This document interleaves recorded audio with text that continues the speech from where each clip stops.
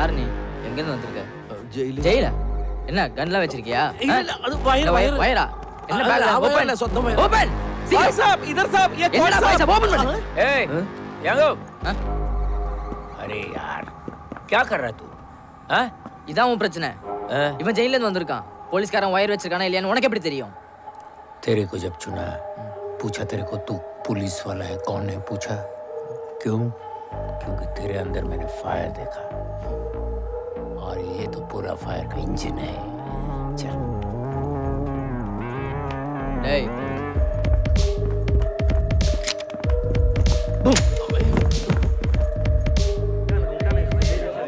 देखो कॉमरेड्स मैं किसको लाया हूँ? क्या सत्या भाई? अरे तो अपना जेल वाला वीडियो है भाई. क्या सत्या भाई मस्त एकदम. Welcome to company. बैग रख. ಇದು ಕಂಡಿಲ್ಲ ಮನುಷ್ಯರು ಪುರುಕಲೆ ಪೋರಾಣ ಇವರೇ ಜೀವಿಕೊಂಡರು ನೀವು ಜ್ಞಾನ आदिल पेटारा और हमारा खून चूस कर रहते हैं वहां टावर में बिग शॉट्स पॉलिटिशियंस वो वहां और हम यहां चुन चुन कर मारेंगे किसको दादा ഇതിൽ നിന്നെ ഡൽഹിയിൽ ചോദ്യം ചെയ്ത ഓഫീസറുണ്ടോ देख ये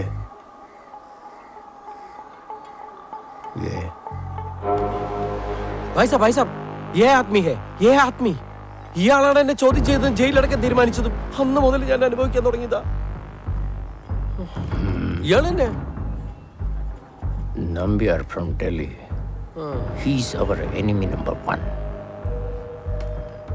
അവൻ നേരിട്ട് ഇനിഞ്ഞ കളി നമ്മുടെ സഹോദരന്മാരിൽ 1-2 പേരെ ഇവൻ പിടിച്ചിട്ടുണ്ട് അവർ പിന്നെ പുറം ലോകം കണ്ടിട്ടില്ല ചിലപ്പോ കൊന്നു തള്ളിക്കാണും അതുപോലെ നിന്നെയും കൊല്ലും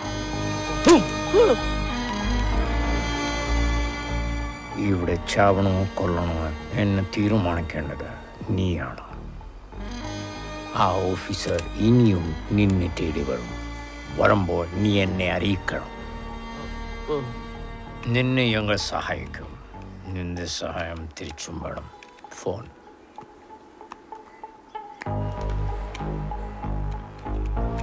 പിന്നെ ഇതിലൊരു നമ്പർ സേവ് ചെയ്തിട്ടുണ്ട് അതിൽ മാത്രമേ വിളിക്കാവൂ മറ്റാരെയും ഈ ഫോണിൽ നിന്നും വിളിക്കരുത് റഖ്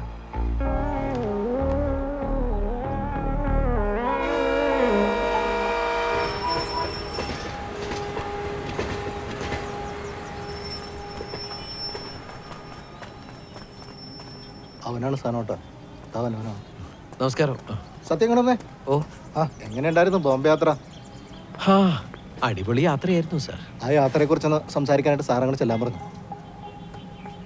ഈ യാത്ര വിവരണം ഞാനൊരു പേപ്പറിലേക്ക് അയച്ചു തന്നാലോ? വേണ്ട നേരിട്ട് തന്നെ വന്ന് സംസാരിച്ചാൽ മതി. വെർബലി മുംബൈയിൽ ഞാനൊരു ഷോപ്പ് നോക്കി പോയതാണ് സാറേ. ഇവിടെ ഇരുന്നിട്ട് വലിയ കാര്യമൊന്നുമില്ല. അപ്പൊ പിന്നെ മൊത്തം മുംബൈക്ക് താമസം മാറ്റാന്ന് വിചാരിച്ചു. ജയിലിൽ നിന്ന് ഇറങ്ങിയിട്ട് സത്യനാഥൻ എങ്ങോട്ടാ പോയത്? ഞാൻ നേരെ ഇങ്ങോട്ട് വന്നു സാറേ. അല്ലല്ലോ, സത്യനാഥന്റെ ഫോൺ നമ്മൾ ട്രേസ് ചെയ്യുന്നുണ്ടായിരുന്നു. സത്യനാഥൻ ഒരു കോളനിയിൽ പോയിട്ടുണ്ട്, ജനങ്ങളെ തിങ്ങിപ്പാർക്കുന്ന ഒരു കോളനി.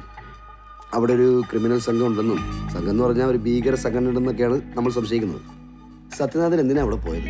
ഒരു വീട് വാടകയ്ക്ക് നോക്കി പോയതാ സാർ. വീട് നോക്കി പോയത്? അതെ സാർ. ഞാനിവിടുന്ന് മുംബൈക്ക് ഷിഫ്റ്റ് ചെയ്യുമ്പോൾ എനിക്കും ഭാര്യയ്ക്കും താമസിക്കാൻ ഒരു വീട് വേണമല്ലോ, അത് നോക്കി പോയതാ സാർ. സത്യനാഥന് എല്ലാത്തിനും മറുപടി ഉണ്ടല്ലോ, നേരത്തെ ആലോചിച്ച് ഉറപ്പിച്ചതുപോലെ. സാധാരണ ക്രിമിനൽ പശ്ചാത്തലമുള്ള ആൾക്കാരാണ് ഇത്ര കൃത്യമായി ഉണ്ടാക്കി പറയാ, ഒരു തപ്പലും ഇല്ലാതെ. ഇനി ഞാൻ തപ്പിക്കൊള്ളാം സാർ. അവിടെ വീട് വാടകയ്ക്കുണ്ടെന്ന് എന്നോട് ആരാ പറഞ്ഞേ?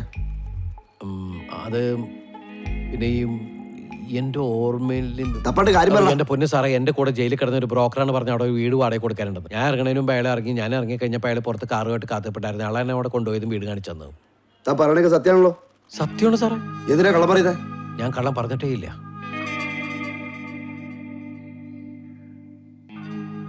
എന്തിനാ പോലീസിനോട് കള്ളം പറഞ്ഞത്?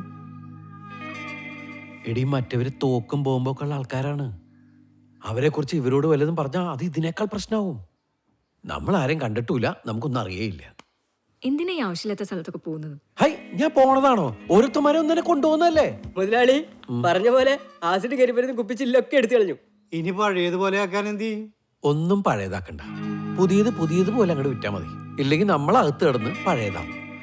ഇതാവുമ്പോ മനസമാധാനം ഉണ്ടല്ലോ. നീ എന്തായി കാണിക്കുന്നേ?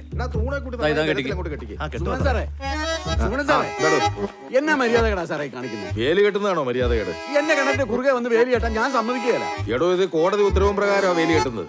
പിന്നെ ആധാരപ്രകാരം പകുതി ഈ പറമ്പിലല്ലേ? ആധാരപ്രകാരം പകുതി ഈ പറമ്പിലാന്നല്ലോ. ഞാൻ ഈ കണ്ടി ചാടി ചാകാൻ പോവുക. എന്നെ ആരും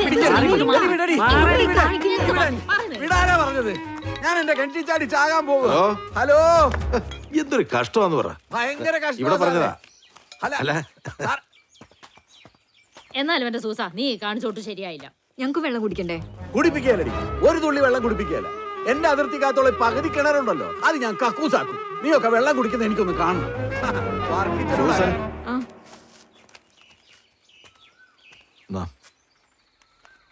അപ്പച്ചനാ, ആ ഒന്ന് വേഗം കെട്ടി തീർക്കടോ.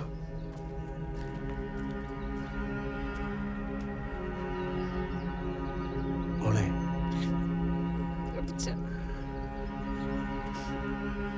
എന്റെ മോളിങ്ങി പോലെ അപ്പച്ചനും അമ്മച്ചി എല്ലാം മറക്കാം, ഒരു പ്രശ്നവുമില്ല. അവനാണെങ്കിൽ ലോകത്തുള്ള എല്ലാ ജയിലും നിരങ്ങി നടക്കുക. അപ്പച്ച ഇപ്പൊ പ്രശ്നമൊന്നുമില്ല. അന്ന് മുംബൈ വെച്ച് അറിയാണ്ട് പെട്ടുപോയതാ. 4-5 മാസമായിട്ട് ഒരു കുഴപ്പമില്ല. എല്ലാം തീർന്നു. മോളെ, ഒന്നും തീർന്നിട്ടില്ല. ഇപ്പൊ ഞങ്ങൾ ടിവിയിൽ കണ്ടതേ ഉള്ളൂ. പ്രസിഡന്റ് വീണ്ടും അങ്ങോട്ട് വരുന്നുണ്ട്. വൈദ്യരുടെ ചികിത്സയിൽ ഗണ്യമായ പുരോഗതി കണ്ടതിനെ തുടർന്നാണ് അദ്ദേഹം പത്നിയുമായി വീണ്ടും നമ്മുടെ നാട്ടിൽ എത്തുന്നത്. ആയുർവേദ ചികിത്സാ രംഗത്ത് വലിയ മുന്നേറ്റത്തിന് ഇത് സഹായകരമാകുമെന്ന് പല പ്രമുഖരും വിലയിരുത്തുന്നു. നമ്മുടെ കൊച്ചു കേരളം രാഷ്ട്രപതിയെ വരവേൽക്കാൻ വീണ്ടും ഒരുങ്ങുകയാണ്.